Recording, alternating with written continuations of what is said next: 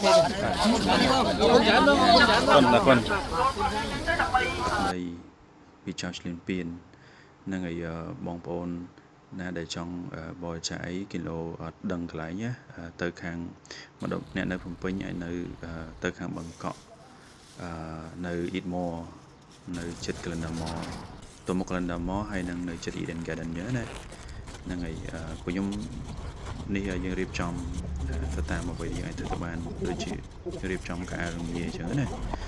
ដោយសារខាងមុខគាត់ត្រូវការបងប្អូនវាសិនអីចឹងហ្នឹងហើយគីឡូវីដេអូនេះបានដល់បងប្អូនមួយចំនួនដល់តាមបានដឹងកន្លែងបរិច្ចាគដែលចង់បរិច្ចាគដែរអញ្ចឹងណាចង់ចូលរួមចំណែកអញ្ចឹងបងប្អូនអាចទៅខាង Eatmore នៅបឹងកក់ហើយក៏ដូចជាខ្ញុំទៅឃើញបងអុកបានដេ Staff រក្សាដូមគឺគាត់ដែររៀបចំកន្លែងនៅ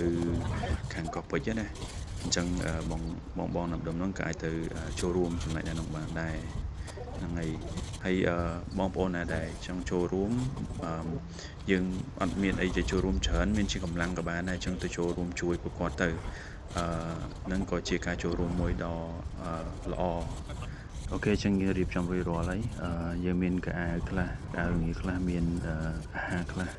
អញ្ចឹងយើងទៅចូលរួមតាមរដ្ឋាភិបាលទៅបានណាសិនទៅរៀបចំកាអាវងាយទៅអស់បងនឹងកាហ្វេនឹងដាក់ទៅបងដាក់បងអានេះកាហ្វេ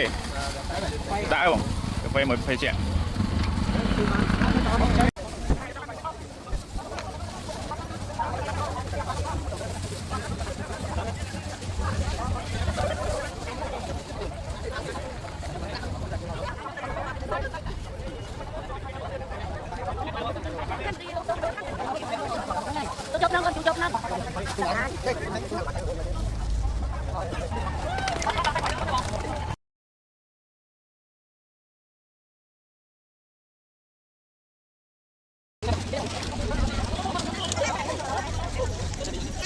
Apa